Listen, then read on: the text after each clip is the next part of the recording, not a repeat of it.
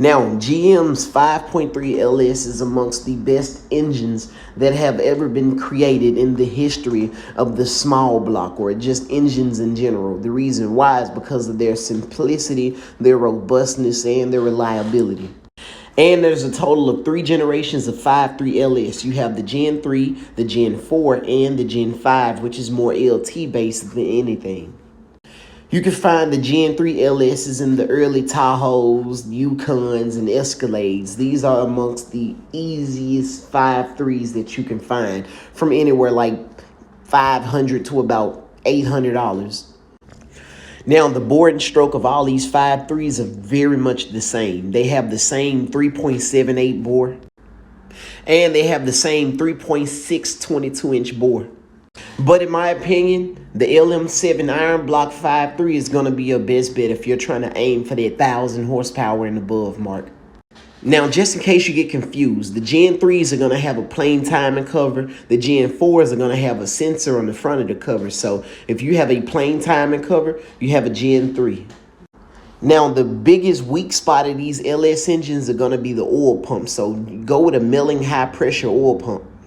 Now, when it comes to your cam, stage 1 to stage 3 is like the most drivable cams ever without any issues. After stage 3, you start running into drivability issues.